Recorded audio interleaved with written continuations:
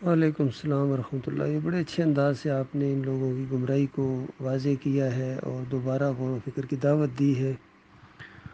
اور محمد حنیف صاحب نے جس فریب کاری کے ساتھ وہ کتابچہ لکھا من النور الی الظلمات، اور اس کے اندر جو بلنڈر کیے، کفر و شرک اس کے اندر داخل کر دیا، مزید ایک اس کی بھی آپ نے نشاندہی کی ہے۔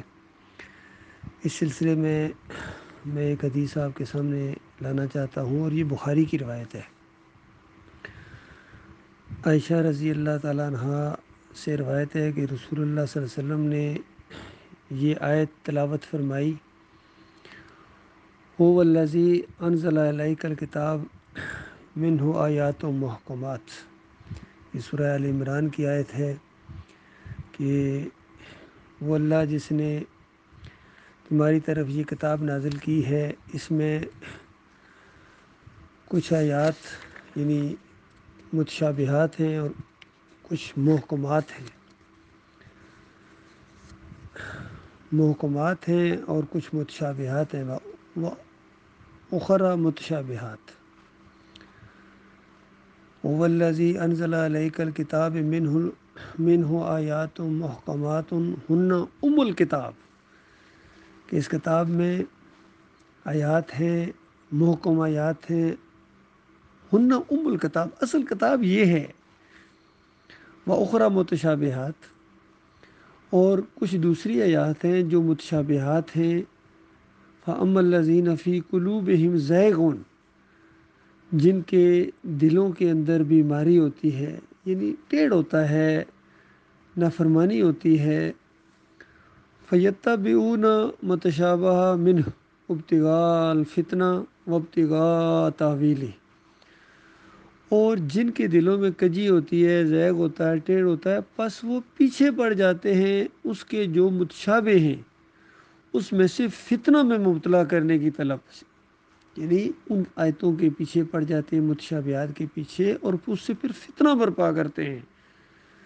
حالانکہ ان کا اصل معنی اور مفہوم وما یعلم تاویلہ الا اللہ، اس کی تعویل یعنی اس کا اصل معنی اللہ کے علاوہ کوئی نہیں جانتا ہے۔ والراسخون فی العلم یقولون، اور جو علم میں راسخ ہوتے ہیں، یعنی صحیح علم والے لوگ ہوتے ہیں، اصلی علماء ہوتے ہیں، وہ کیا کہتے ہیں؟ یقولون آمنا بہ، کہ ہم ان کے اوپر ایمان لائے ہیں، یہ جو متشابہ ہیں یہ بالکل اللہ کی طرف سے ایک پورے منصوبے کے تحت اتاری گئی ہیں، ہمارا ایمان ہے کہ یہ اللہ ہی کی طرف سے ہے، لیکن اس کا معنی اور مفہوم ہمیں نہیں معلوم ہے۔ وہ اس کی کھوج میں نہیں رہتے ہیں، اس کی ڈگنگ نہیں کرتے ہیں، اور کہتے ہیں کل من عند اللہ عند ربنا، کل من عند ربنا، تمام کی تمام یعنی محکمات بھی متشابہات بھی ہمارے مالک اور خالق کی طرف سے ہیں۔ وما یذکر الا اولو الالباب، اور فرمایا جو نصیحت ہے وہ تو عقل والے پکڑتے ہیں، یعنی یہ کتنی زبردست انداز اللہ نے اختیار کیا ہے، تو اس سے جو عقل والے ہوتے ہیں وہ ایک صحیح سبق نکالتے ہیں۔ اس کی بہترین مثال ہے جس طرح ڈاکٹر مسعود الدین عثمانی رحمۃ اللہ علیہ نے ملائکہ کے جو سجدے والی آیات ہیں وہ تلاوت کی اور کہا کہ دیکھو اللہ تعالیٰ کا حکم موجود ہے۔ اب وہ سجدہ کس طرح کیا، یا یہ انداز کیوں اللہ تعالیٰ نے اختیار کیا، یعنی یہ سجدہ کیوں کروایا، کیونکہ بظاہر ذرا عجیب سی بات لگتی ہے، لیکن اللہ تعالیٰ نے یہ انداز کیوں اختیار کیا، یہ اللہ کے علاوہ کوئی نہیں جانتا ہے، کیونکہ اللہ نے اس کی تشریح فرمائی ہی نہیں ہے، نہ نبی علیہ السلام نے اس کی کبھی تشریح کی، نہ صحابہ نے کبھی پوچھا۔ یہ انداز ہی ایسا ہے، وہ جو آیات ہیں اور وہ جو ایک واقعہ بیان ہوا ہے کہ اس میں اس طرح کے سوال کرنا بالکل ایک شیطانی کام محسوس ہوتا ہے۔ پوری طرح شاہانہ انداز سے وہ کلام اللہ تعالیٰ نے نازل فرمایا، وہ واقعہ اللہ تعالیٰ نے بیان کیا ہے، اور ابلیس کا اندر باہر لایا ہے اس واقعے کے ذریعے۔ تو ڈاکٹر عثمانی رحمۃ اللہ علیہ نے اس کو اس انداز سے بیان کرنے کے بعد فتویٰ لگایا کہ اس سے آگے جو ایک قدم اٹھانے کی کوشش کرتا ہے، یعنی اس کی تعویل کرنے کی کوشش کرتا ہے، اس کی ڈگنگ کرنے کی کوشش کرتا ہے، اس کے اوپر کیا سرائیاں کرنے کی کوشش کرتا ہے، اس سے استدلال کرنے کی کوشش کرتا ہے، جو کچھ بھی اس واقعے سے کرنے کے بعد کوئی نیا مسئلہ اٹھانا چاہتا ہے بندہ، تو یہ وہ بندہ ہے جس کے دل میں زیغ ہے، ٹیڑھ ہے۔ دیکھیے کتنا زبردست فتویٰ ہے، اور یہی کام کیا محمد حنیف نے، اس لیے ڈاکٹر عثمانی رحمۃ اللہ علیہ کے فتوے کی زد میں آ گیا، یہاں بھی 2 دفعہ بلکہ 3 مرتبہ جو بڑی بڑی باتیں ڈاکٹر عثمانی رحمۃ اللہ علیہ نے کہی ہیں، اس فتوے کی زد میں آیا ہے محمد حنیف۔ ایک سجدہ تعظیمی کے معاملے میں ڈاکٹر صاحب کا فتویٰ ہے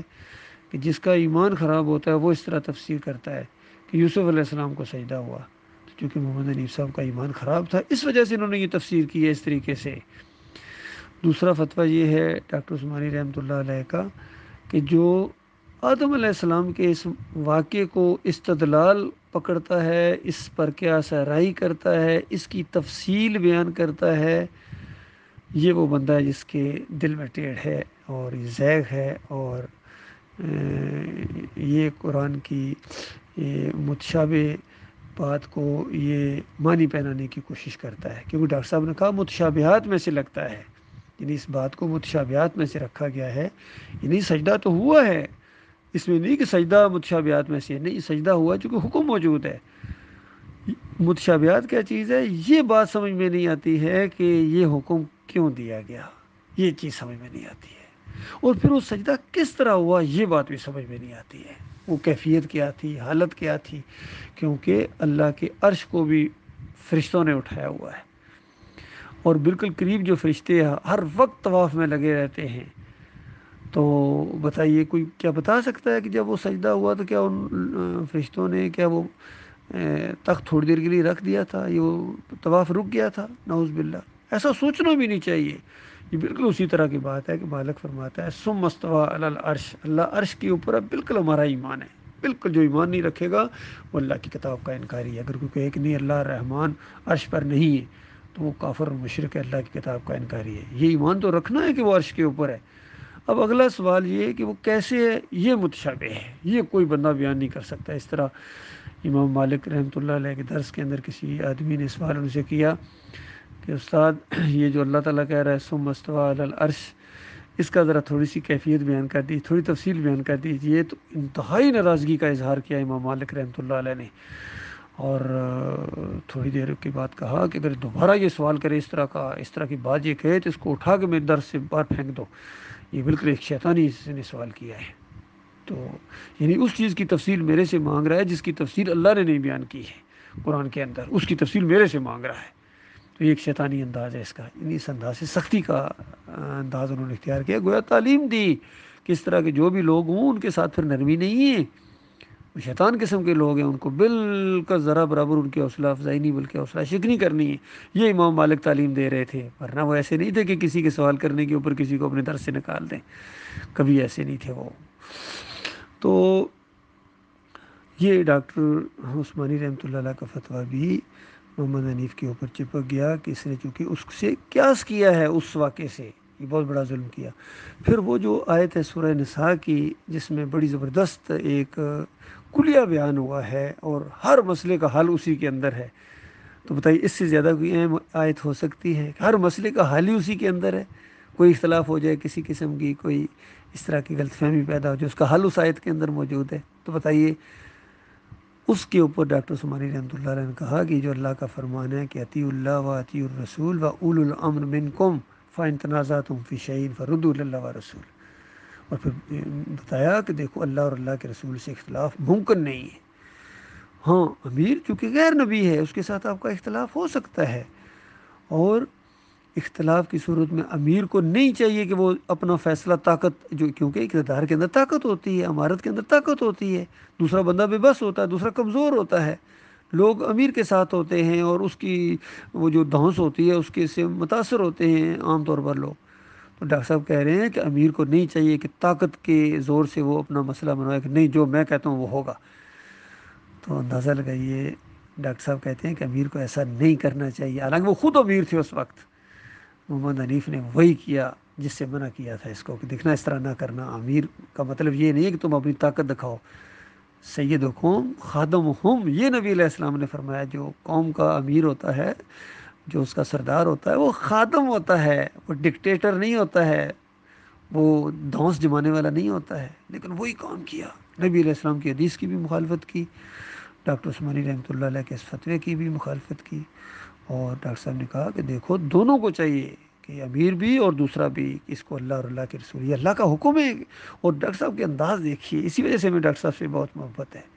ڈاکٹر صاحب کہتے ہیں قیامت تک کے لیے یہ حکم ہے، یہ نہیں ہے کہ صرف اب جب تک میں امیر ہوں حکم ہے، بعد میں جو مرضی اس کو بدلی کر دیں۔ قیامت تک کا لفظ استعمال کیا اللہ کے اس بندے نے،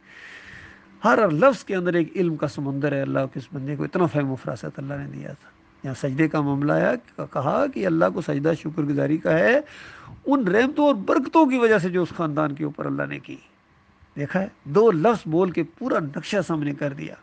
کہ سجدہ کیوں بھائی، اس موقع پر کیوں اللہ کو سجدہ ہو، ان رحمتوں اور برکتوں کی وجہ سے جو اس خاندان پر اللہ نے رحمت کی بارش کی، پورا خاندان اللہ کے سامنے سجدہ ریز ہو گیا۔ تو محمد حنیف کہتے ہیں پورا خاندان یوسف علیہ السلام کے سامنے سجدہ ریز ہو گیا۔ اور ڈاکٹر صاحب کی کئی تقریروں میں نے یہ بات سنی ہے کہ جب یہ شرک کا رد کر رہے ہوتے ہیں کہ اللہ کے علاوہ کسی اور کو پکارنا، کسی اور کے سامنے سجدہ ریزی کرنا، سجدہ ریزی کے الفاظ ڈاکٹر صاحب استعمال کرتے ہیں کہ اللہ کے علاوہ کسی اور کے سامنے سجدہ ریزی کرنا یہ شرک کی بات ہے، کفر ہے۔ تو محمد حنیف کہتے ہیں پورا خاندان جو ہے وہ یوسف علیہ السلام کے سامنے سجدہ ریز ہو گیا۔ جلد دوم کے اندر انہوں نے یہ بات لکھ دی۔ یہ بہت بڑا ظلم ہوا ہے، بہت بڑی زیادتی ہوئی ہے۔ تو اب یہ جو انہوں نے کتابچہ لکھا ہے، منور سلطان نے لکھا اور پروف ریڈنگ کی ہے محمد حنیف نے، پھر دونوں نے ماں بیٹی نے مل کے اس کو جماعت کے اندر اس کو شائع کروایا ہے، اور پوری طرح کہا ہے کہ بالکل ہم نے یہ لکھ دیا ہے، تم نے یہ لکھ دیا ہے، یہ بالکل جھوٹ کا پلندہ ہے اور کفر و شرک ہے اس کے اندر، اور اللہ کی آیات کا مذاق ہے اس کے اندر، اس سے توبہ کرو محمد حنیف صاحب۔ یہ جو کتابچہ آپ نے لکھا ہے اور آپ نے یہ تاثر دینے کی کوشش کی ہے کہ ارشد کرملائی نور سے ظلمات میں چلا گیا ہے، ارشد نہیں گیا ہے، آپ گئے ہیں، جس کے اندر شرک آیا ہے وہ گیا ہے ظلمات کے اندر، ارشد کیوں گیا ہے؟ ارشد تو قائم ہے اسی عقیدے کے اوپر، ایمان کے اوپر جو اس جماعت کا بنیادی عقیدہ ہے، توحید کا عقیدہ، رد شرک کا عقیدہ، کفر بالطاغوت کا عقیدہ،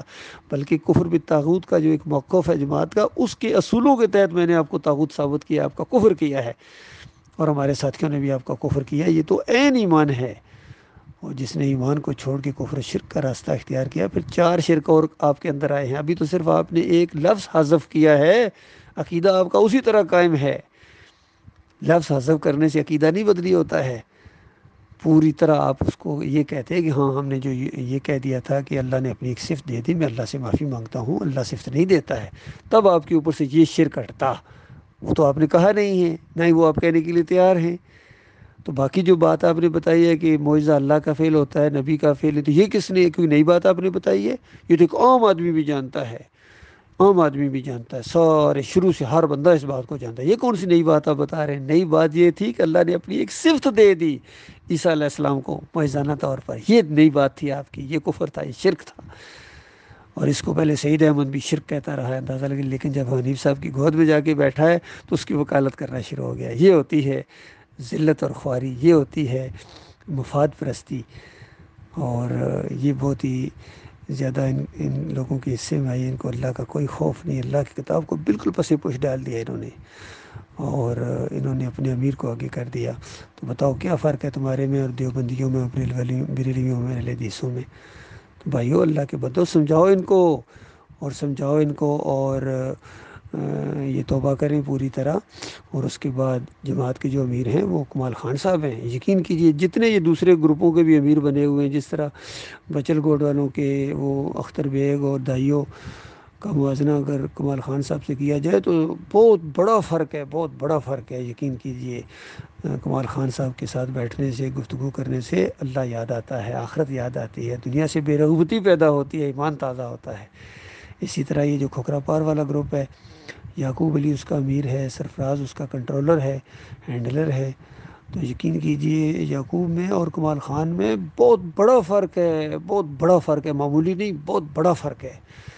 کیونکہ کمال خان صاحب بہت ہی زیادہ متقی اور پرہیزگار آدمی ہیں، اور بہت دلیر آدمی ہیں، بہت دلیر آدمی ہے، اندازہ لگے، بہت خیر خواہ ہیں ساتھیوں کے، یقین کیجئے ایسے بندے کو امیر ہونا چاہیے۔